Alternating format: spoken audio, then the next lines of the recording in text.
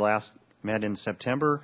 We have 4 items approved by the City Council, including a 5-year lease agreement with 1 5-year option with Brophy and Sons, Inc. for the store, their retail store on Harbor Way below the restaurant. Also, the Council authorized the interim director to execute an agreement with the California Department of Boating and Waterways, receiving an $8,000 grant for disposal of recreational vessels in accordance with the state's relatively new vessel turn-in program. We've had several people take advantage of that program.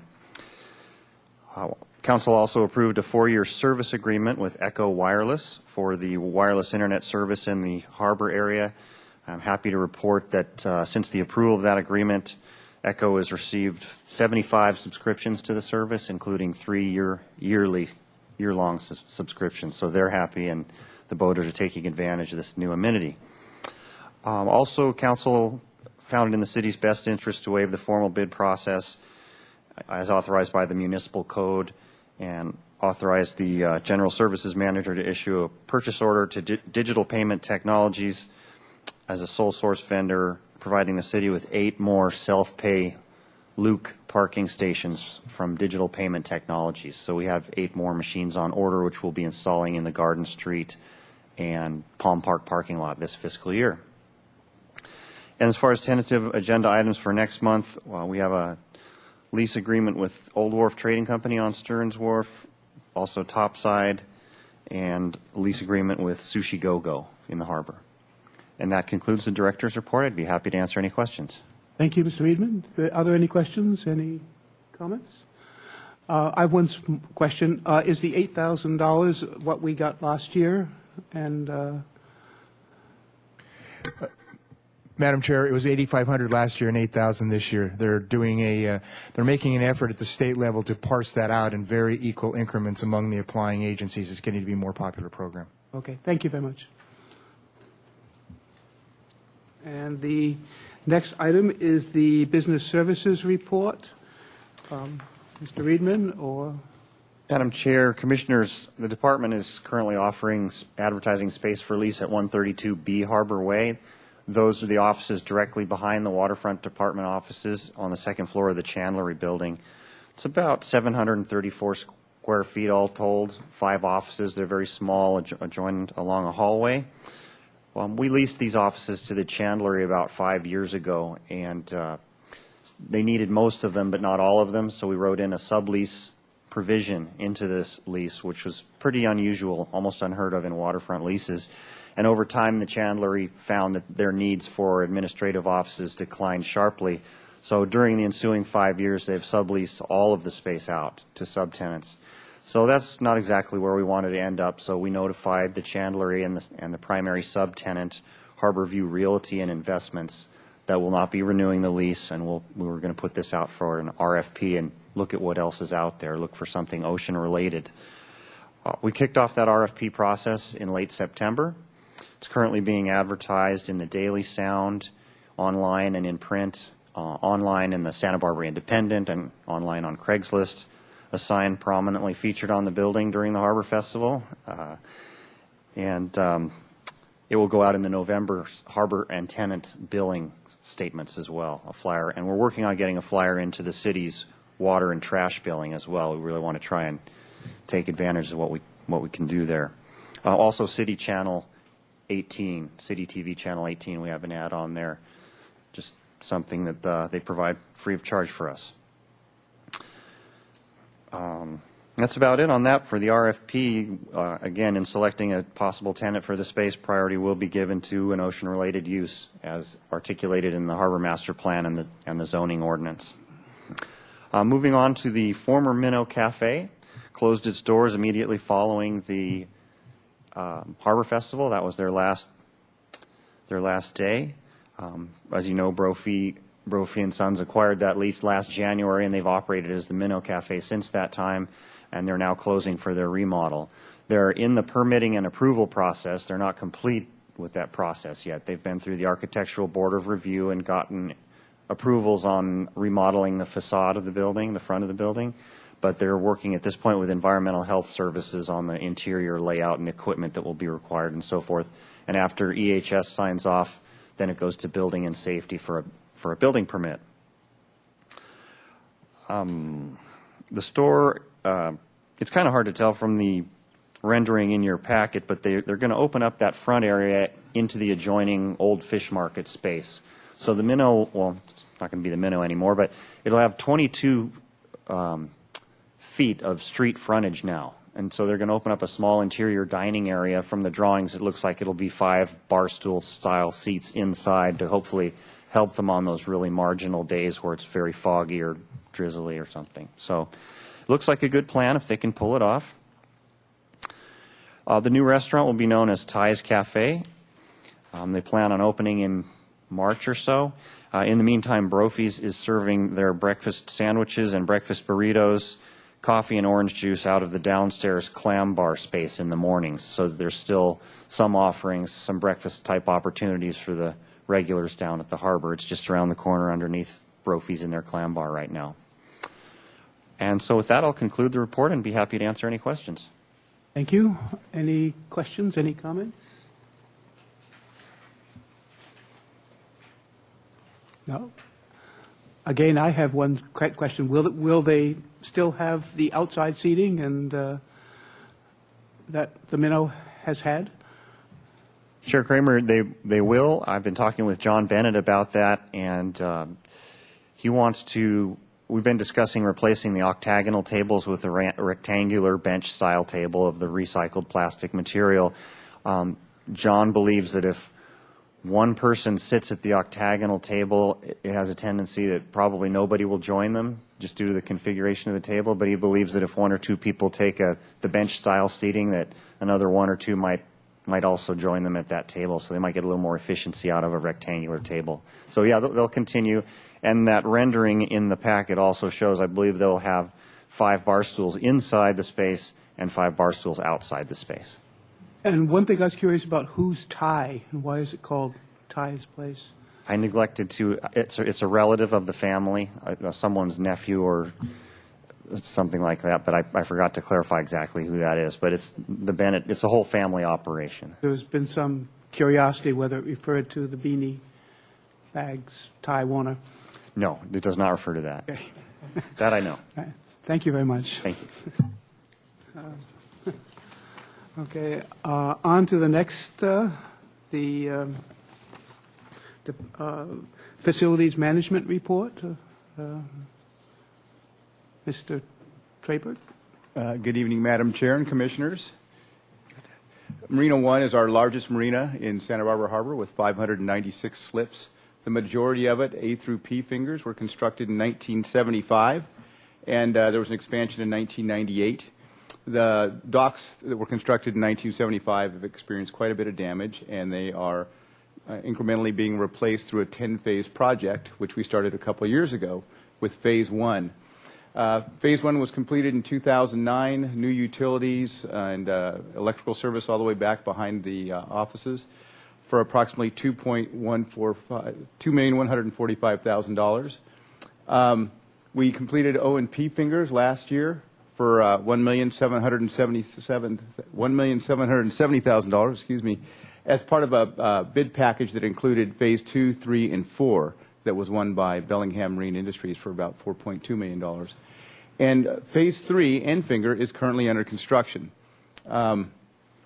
Bellingham Marine started last week, and they have made quick work of Enfinger with demolition going rather quickly. Not quite as fast as that, but pretty fast. They take all the docks up onto West Beach and stack them up and take them to Marburg's Recycling Center to recycle whatever, all the material that they can. And just as quickly as the docks go away, the new docks come back in. They're trucked down from Northern California, loaded off at the launch ramp Wednesday morning, and there it is. Most of the main walks there and the end tie with the new finger floats coming, some of them tomorrow and the others on next Tuesday. And then the details are next, and that's installing the water system, electrical system, and everything else. The project is expected to be completed by the Thanksgiving weekend. It's about 5 or 6 weeks.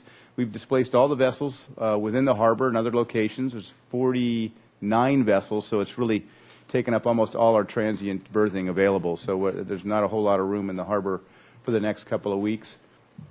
Every project has a couple of change orders. This one has some standard ones that we had last time as well. Dock boxes and power centers weren't as part of the original bid. There's SureTreat is a concrete treatment that we felt wasn't necessary, so we got a credit for that. And something unique about this bid package for phases 2 through 4, we included a potential escalation of $350,000 to entice contractors to bid in the outlying years, which is this year and next year. And so far, the escalation has been $9,500. So that's turning out pretty good so far. We have a total change order amount of close to $40,000, which is well under 5%, and that's really quite good. So this project's coming along pretty quickly, and by Thanksgiving should be done. Phase 4 is part of the same bid package, but wasn't part of the original $5.5 million loaned by Department of Boating and Waterways. Next week, I've got a hearing up in Santa Cruz on Wednesday for consideration of a $1.7 million loan to complete this section of the project. Phase 4 will happen probably next winter. We're going to try and find the best time of the year that appears to have the least visitors. Scott and I have taken a look at that, and there isn't really any time of the year that's very good for a project like this. We seem to be quite busy most of the year long, but it'll probably occur in the middle of the winter, and then we'll be done with these first 4 phases, probably take a year off and look at some funding for additional phases over fiscal year 2013. On the other side, here we go, fiscal year next year. On the other side of the harbor, we have the launch ramp. We have a couple different projects that are pending over here. The middle of the launch ramp where the boarding floats are, and you see the boats there, was reconstructed in 2001 with a loan from the Department of Boating and Waterways. But the far east and the far west sections were built in the 1960s and have deteriorated significantly. We did an evaluation in 2009 and submitted a preliminary report to the Department of Boating and Waterways for 2 different grant programs. Last year, we received $450,000 for improvements to the easterly section of the launch ramp. And the Boating Trails Grant Program is for non-motorized watercraft. So the design is set up to have a non-skid surface that isn't quite as rough as the other part of the launch ramp, so people can walk on it. And we've got what's called a low freeboard boarding float, which makes it really easy to launch kayaks and stand-up paddle boards and one-man outrigger canoes. So the whole easterly side of the launch ramp is really going to cater toward the non-motorized watercraft, and we have significant demand for that. So it's going to be a very nice improvement. The project is currently out to bid. The cost estimate for the construction is about $450,000, about the amount of the grant. But there are additional costs. We have a design from Moffatt Nickel Engineers, inspection, contract administration, and to the tune of about $95,000, which we will reprogram from our capital funds from some of the projects that were considerably under budget. Construction is scheduled for January and February, so by the spring it should be done, and a new amenity that we hope that a lot of the harbor users will really appreciate. The other side of the launch ramp, the westerly section, is just as deteriorated. We applied for a grant last year to add 2 lanes without a boarding float in a washdown area. Once again, another grant from the Department of Boating and Waterways will be considered next Wednesday at the same hearing for $350,000. We hope that both projects will be approved, the loan and the grant. The state has adopted their budget last year, so the funds have been secured, whereas in the past they've approved some projects where we had to wait on the state budget to be approved, so there's been some significant delays. Nevertheless, both of these projects will be really nice upgrades to the launch ramp area and serve the boating public. And that concludes my report this evening. I'd be happy to answer any questions. Thank you very much for your report. And are there any questions? Commissioner Kelly. Carl, in the report, if I remember correctly, we're going to try and utilize some of the fingers that we're taking apart for building out where the old dry dock is? Madam Chair, Commissioner Kelly, that's correct.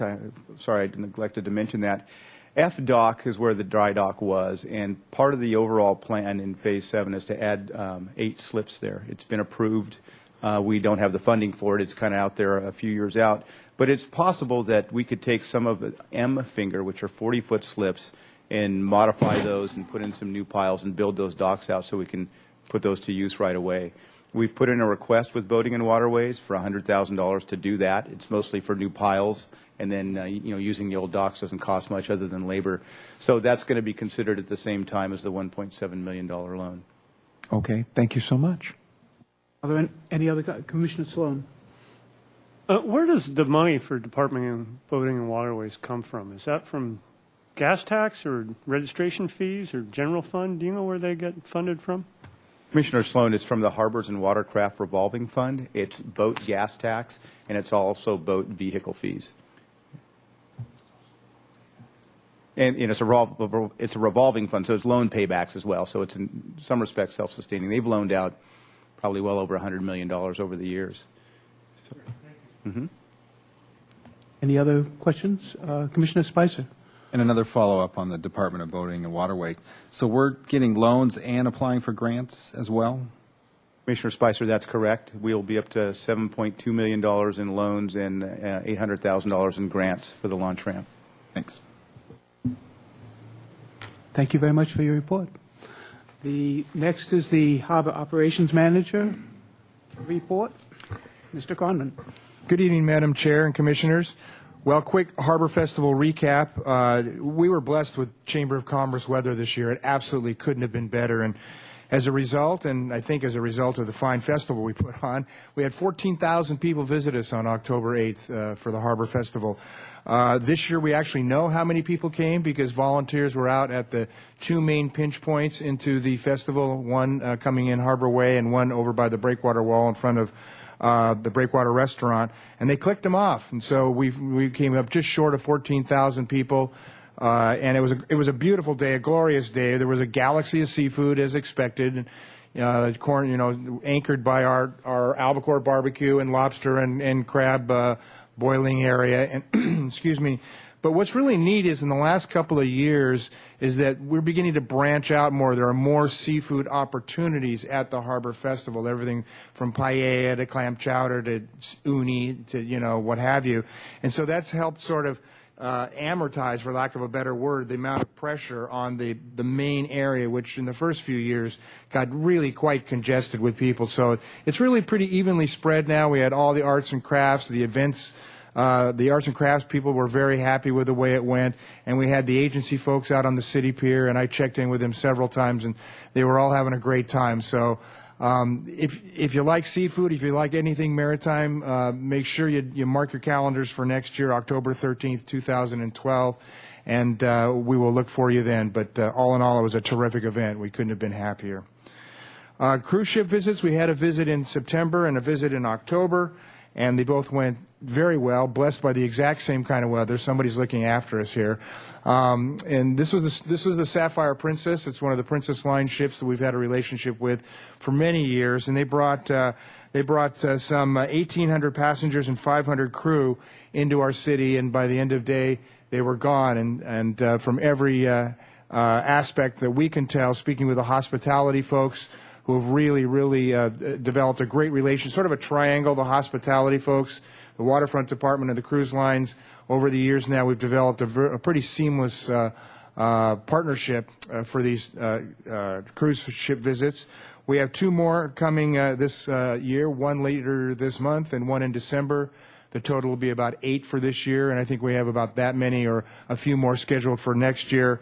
But one of the things I wanted to point out is that unlike prior years or past years when this was the stopping point, a transition stop for vessels heading to Alaska in the wintertime or Mexico in the summertime, the cruise ships have actually developed sort of a regionalized cruise tour now that goes between Ensenada and San Francisco, stopping in Long Beach, Catalina, Santa Barbara, and what have you. And we've become the beneficiaries of that. And I'd like to think, and this is what we hear from the cruise lines, that all we have to offer in Santa Barbara, from self-guided tours to wine country tours to localized, specialized bus tours, and everything the city has to offer in general, was sort of what helped propel that change in thinking at the cruise line level. So, like I say, it's been a great relationship so far, and we expect it to continue so into the future.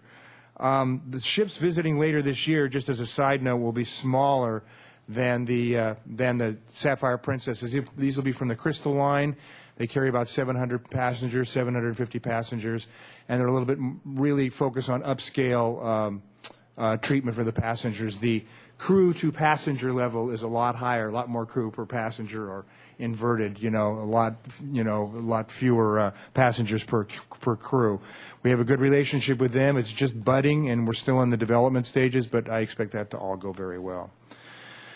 Switching gears to emergency preparedness, a week from tonight on October 27th, Thursday, the city and the county will be presenting a tsunami preparedness workshop in the Marine Center classroom. It'll go from 6 to 7:30, and they will be discussing where we're at in the tsunami preparedness program for the city, and they will also be talking about one of the critical steps to tsunami preparedness, the designation of tsunami ready or tsunami prepared, that is issued by NOAA, the National Weather Service branch of NOAA.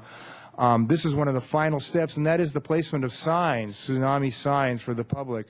There'll be small signs, and there'll be white background, blue lettering, and they will range from the Andrea Clark Bird Refuge all the way to Loma Alta, and they'll explain whether you're in a tsunami zone, whether you're entering a tsunami zone, and whether you're at an evacuation route and pointing towards an evacuation route. And with all that put together, we'll be not far from getting that designation as a tsunami-ready city. The only other entity in our region that has received said designation is UCSB. Carpinteria and Goleta are working on theirs, and the county is working on theirs, and it looks like with any luck and the tremendous amount of work that's being done at the emergency management level, the city of Santa Barbara will be the next one to receive that designation. So that is 6 to 7:30 next Thursday night at the Waterfront Center classroom, the Marine Center classroom. I will be sending out a blast through the Blackboard Connect communications messaging system that we've got early in the week to remind folks, because this is an important meeting for both boaters and tenants, because when it comes to tsunamis, we are in fact at ground zero, and this is important information. Last month at our September meeting, excuse me, we briefly discussed harbor crime and harbor crime statistics, and I believe it was Commissioner Kelly asked at the end of that meeting if I had any statistics that we could bring to this meeting to sort of show an overview of criminal activity in the harbor and how it sort of parses out between different kinds of crime. And what you'll see as attachments here, I've got two. One is a law enforcement activity attachment that basically shows law enforcement contacts inside the locked area of the marinas. And the second one shows all enforcement contact inside the locked marinas. The first one actually is citations or arrests, if you will. These are where people were actually cited. And the second are all contacts to date for year 2011, to give you sort of a running total of the kind of contacts that Harbor Patrol has. You'll see that it's highly populated with what we would call low-level contacts. These are illegal entry that we discussed last month, illegal entry into the marinas or the restrooms or any other areas that have restricted access in the harbor. But there are peppered in here. You will see 415 disturbances. 415s are fights of any kind or arguments. They can be physical or verbal. That's a penal code reference of 415. But you can see most of them are of the lower level. We really are the belief that crime is not significant in the harbor. And we also believe that our approach of the spirit of the law, in other words, putting education before arrest, is really paid dividends relative to Harbor Patrol and the administration's relationship with the boating community. And with that, I have one other item, and that is on the Clean Marina front. I wanted to give you a heads up on this before I tell you about it again in spring when I do my annual Clean Marina report. And that is Boat 2, our fiberglass 32-foot firefighting patrol boat, was due for a haul out, just for bottom paint. And we saw that as a great opportunity to try yet another kind of bottom paint, non-copper bottom paint. And what we did is we tried a bottom paint that has got an ingredient called Econia, which is, I look it up and I see a long list of chemicals that I'm not familiar with, but it has been recently registered with the state of California. It was in tests and trials. You may remember this is one of the ones that Channel Keeper was testing on their boat when they were doing the striped kind of thing with all the different paints. We weren't, it wasn't registered with the state of California yet. They got that through a specialized permit. It's recently registered, so we decided to try it on boat 2. So as a result now we have a zinc-based paint on boat 3, Econia on boat 2, and copper as sort of a control group on boat 1. So we'll have an opportunity to do our own test and see how these various anti-fouling paints hold up in the environment. In fact, boat 3 is going to be hauled here quite soon in the next couple of weeks, and I'm going to get a good idea on how our zinc bottom paint is holding up. You'll hear about all of that and more in the spring when we do our Clean Marine report. And that concludes my report for this evening, and I'd be happy to answer any questions. Thank you very much for that report. And other questions? Commissioner Spicer. Mick, on the crime stats, I want to compliment you and the officers. I've seen them in action, and I do appreciate the way they interface with the community, and I do think they do a great job, particularly with their willingness to educate versus a heavy-handedness. But that said, looking at the stats for this year to date, it appears that they're all going up. And while the numbers may still be low, is that anything in particular to worry about, or is this just the ebb and flow of the community? Or anything you could add to that? Madam Chair, Commissioner Spicer, thank you for noticing that. I asked the officers, and I looked into it myself, and it appears to be the ebb and flow.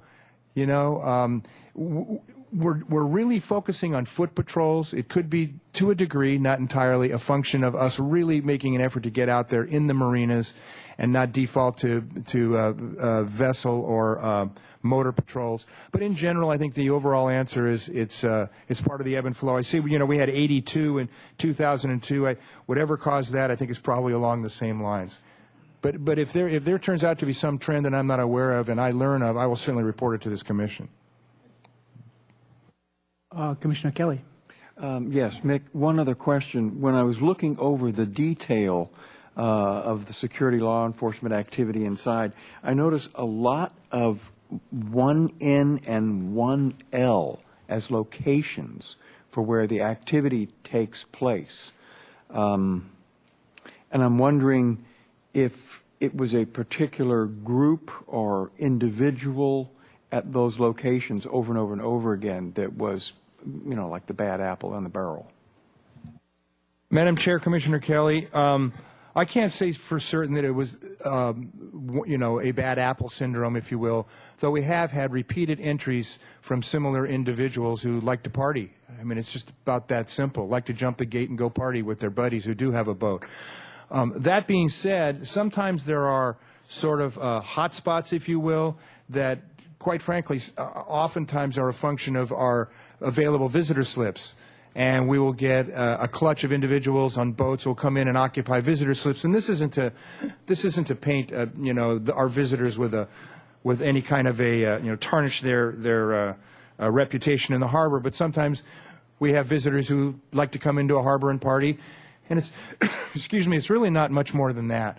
Unless you start seeing the 415 physicals and that stuff, and that's when they've gone over the edge and they're out there throwing down and fighting and what have you. But we have very little of that. Okay, thank you very much. Commissioner Friedman. Mick, I just want to thank you and all the staff for the Harbor Seafood Festival. It was another great time. I know Carl was barbecuing the albacore, and I grossed everyone out by eating the uni in my family. But I just had an observation in terms of planning for next year. We get there early, wanted to get a parking space, and when we were leaving, I noticed that the lots were full and there was kind of a backup along Cabrillo there. So in planning for next year, if maybe you already do this, but maybe give some thoughts to alternative transportation and promoting it, such as bicycles, or maybe working with MTD to have the more frequent shuttles and promoting that to the public.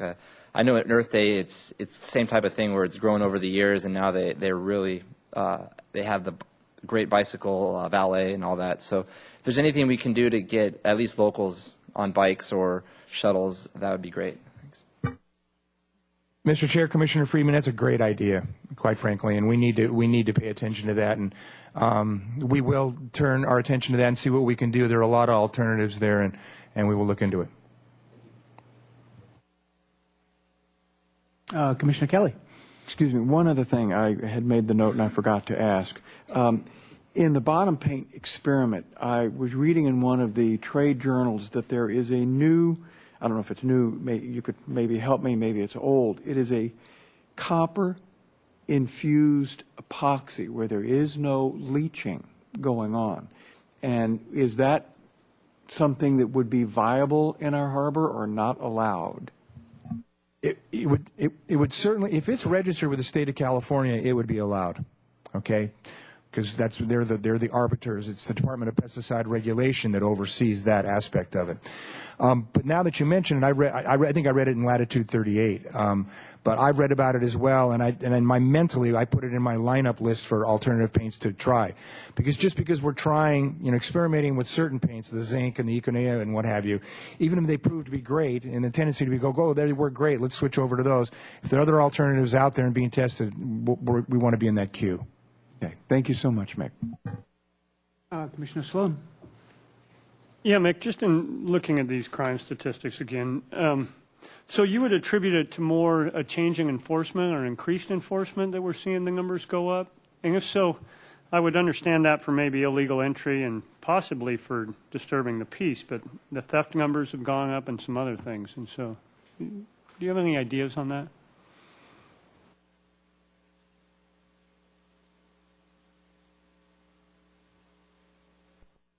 Mr. Chair, Commissioner Sloan, Madam Chair, excuse me, and Commissioner Sloan, I think it's probably a combination.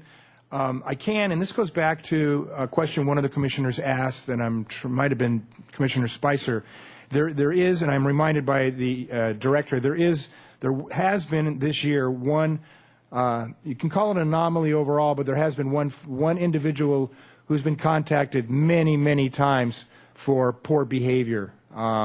He's been arrested. It's just been one of those deals, an individual who we've dealt with on an ongoing basis. But that being said, we have had individuals like that. We've never had a time in my 11-plus years here where there was no such individual, that we had, contacts with. So it's probably a combination of both.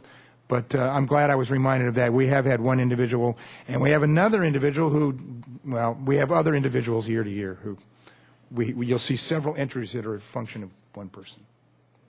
Sure. And I'd like to thank the Waterfront Department for the festival. And I didn't get a chance to go out on the celebration, but what I gather from everyone, it was a great time held by all. And thank you, Captain Hirschman, for participating, and everybody else as well. So, on to next year. Now, new business. Mr. Friedman. Madam Chair, I'm going to have Patrick Henry deliver this next report, please. 5-year license agreement with Santa Barbara Water Taxi. Recommendation that Harbor Commission recommend to City Council approval of a 5-year license agreement with Santa Barbara Water Taxi, LLC, for water taxi service, shoreboat service, and limited charter service operating from Santa Barbara Harbor. Good evening, Madam Chair, Harbor Commissioners. Fred and Kathy Hirschman, who are here tonight, have been operating the water taxi since 2003. They operate a very familiar-looking yellow water taxi vessel called the Little Toot. You will hear their whistle toot as it arrives at the dock near the Breakwater Restaurant. Now, Captain Fred has docked the Little Toot about 20,000 times in his estimation by working 6 days a week, March through November, and on weekends only in December through February, as per the lease. The basic terms are as follows. There is a 5-year term. Hours of operation for each type of business is outlined accordingly. And the license fee is $50 a month or a percentage of the gross sales, whichever is greater. Now, Captain Fred provides a valuable transportation service to the waterfront community. He has assisted transporting slip holders during the Marina One construction process that might have been stranded elsewhere. And if you have the opportunity, please catch a ride on his familiar yellow water taxi. That's the conclusion of my report. Any comments, questions? And I think we should vote, yes? And is that to, okay. I'll second that. Please. It's been moved and second to recommend to the City Council approval of the 5-year lease agreement with Santa Barbara Water Taxi. And is there any comments? Before we, Madam Chair, I'd like to commend Fred and Kathy for the tremendous service that they do provide down in the harbor for the Little Toot. It is a service that has been tried a couple of times before in the harbor, and I am very pleased that they have actually made it work, because it has connected both ends of the harbor so that it's very easy for our guests in the harbor to move around. And thank you. Thank you, Commissioner Kelly. All those in favor? Aye. Opposed? You have a lease. Thank you. Proposed lease agreement with Stearns Wharf Bait and Tackle. Recommendation that Harbor Commission review and recommend to City Council approval of a 5-year lease agreement with one 5-year option with Reggie Drew, doing business as Stearns Wharf Bait and Tackle for the Bait and Tackle Shop operating at 232 Stearns Wharf at a monthly rate of $688 or 10% of gross sales, whichever is greater. Mr. Henry. Good evening, Madam Chair, Harbor Commissioners. Reggie Drew assumed the lease agreement in August of 2005. The bait and tackle shop prior to this switch struggled. However, Reggie and his brother Frank have brought the businesses around.